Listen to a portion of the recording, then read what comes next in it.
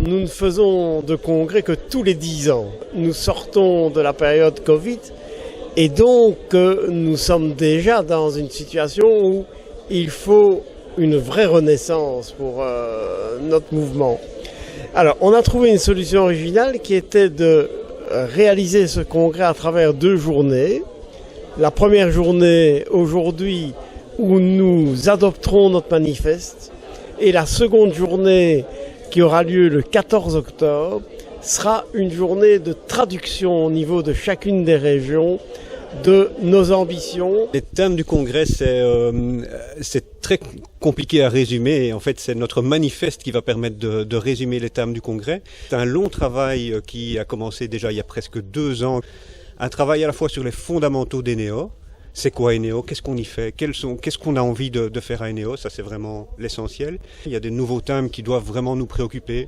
Par exemple, le réchauffement climatique, le vieillissement de la population. Ce sont des thèmes qui, aujourd'hui, sont incontournables. Et le congrès, c'est vraiment l'occasion d'affirmer que Eneo est vraiment en phase avec son époque, avec son temps et est utile aujourd'hui.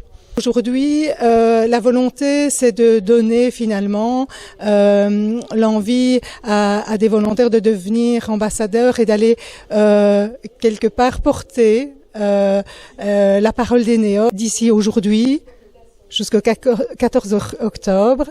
Eh bien, nous allons continuer la mobilisation à travers des messages via le site internet, à travers des messages locaux, les régionales, les instances qui vont en fait venir expliquer ce qu'est Eneo à travers des outils, à travers la Rose des Vents. Alors Eneo Sport, c'est une association sportive qui est un peu la SBL partenaire jumelle d'Eneo. Donc il était tout naturel en fait qu'Eneo Sport soit présent, visible ici à ce congrès d'Eneo, même si c'est le congrès d'Eneo avant tout. Et donc on est visible à travers un partenariat, le Panathlon Wallonie-Bruxelles, qui nous ont prêté des panneaux qui arborent un petit peu les salles ici du congrès et qui mettent en avant des valeurs positives qui sont communes entre Eneo et Eneo Sport, comme par exemple la solidarité, le dépassement de soi, l'inclusion, le travail d'équipe. C'est toutes des valeurs qui sont communes entre les deux associations. Alors aujourd'hui, on va parler de notre manifeste. L'ambition du congrès, c'est d'affirmer notre identité. Et donc pour affirmer l'identité d'Eneo à tout le monde, on a décidé de faire un document synthétique qui présente tous les aspects d'Eneo. Ça s'appelle le manifeste. Et aujourd'hui, on le dévoile et on le valide. Tous ensemble avec les volontaires des différentes régions. Je crois que cette journée est importante parce qu'un mouvement comme Eneo, le mouvement social des aînés, doit, je dirais, tous les 10 ans au moins, se remettre en question, réfléchir à ses fondamentaux, voir quels sont les grands thèmes qui vont animer les équipes dans tout le pays pendant les 10 années qui viennent. Donc ces 5 enjeux, on les retrouve maintenant dans nos fondamentaux. C'est donc le vieillissement de la population, le climat, la numérisation, la redistribution des richesses et des inégalités de genre. Ce congrès, d'abord, devait être proche des gens, raison pour laquelle on a 2 journées, une journée entre nous, et puis la deuxième journée, le 14 octobre, dans vos régionales. Donc proche des gens pour affirmer l'identité d'Eneo.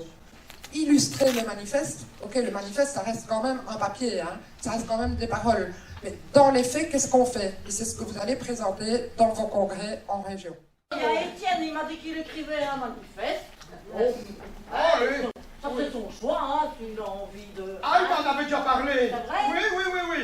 Mais il avait dit pas un manifeste Eneo, un manifeste marxiste parce qu'il y a beaucoup plus de pages.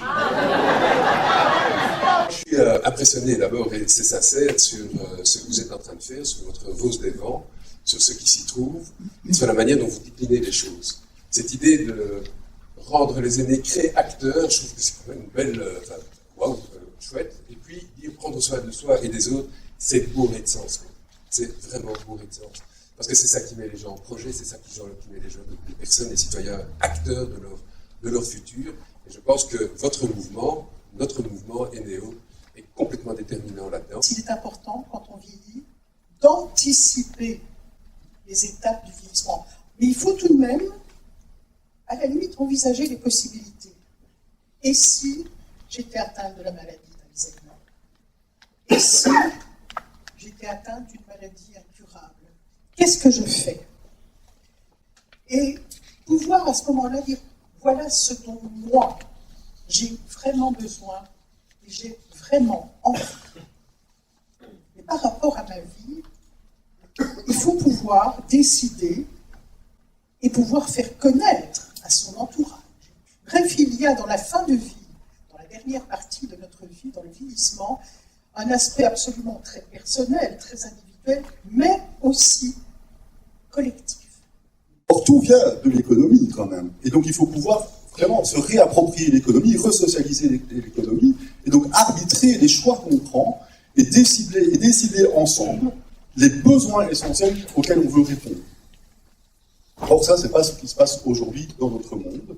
Et donc il faut aussi le faire en embarquant le plus grand nombre, parce que les besoins essentiels, si on parle de besoins essentiels de logement, à vous ici dans la salle, voilà, ou à quelqu'un qui est dans la rue, c'est clair qu'on n'a pas la même réponse, qu'on n'a pas le même besoin. Et donc c'est important de pouvoir embarquer le plus grand nombre dans cette réflexion. Nous sommes très souvent, et naturellement, c'est logique, dans une forme d'entre-soi. Or, la participation demande de s'ouvrir aux autres et d'aller vers des gens qui ne nous ressemblent pas. Sans cela, nous sommes une participation d'entre-soi et on n'exclut en fait. Et donc, on n'est pas dans l'inclusivité.